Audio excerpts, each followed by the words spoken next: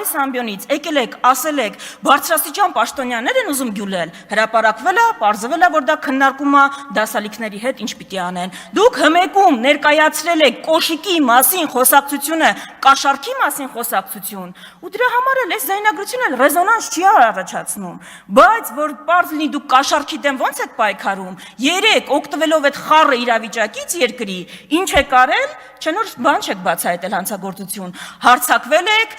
Արթուր Չախոյանի վրա, որը բացահայտել է, հրապարակել է Տիգրան Ավինյանի ենթադրյալ կաշառքի գործողությունը, ու դուք ոչ թե դրան ընթացք եք տվել,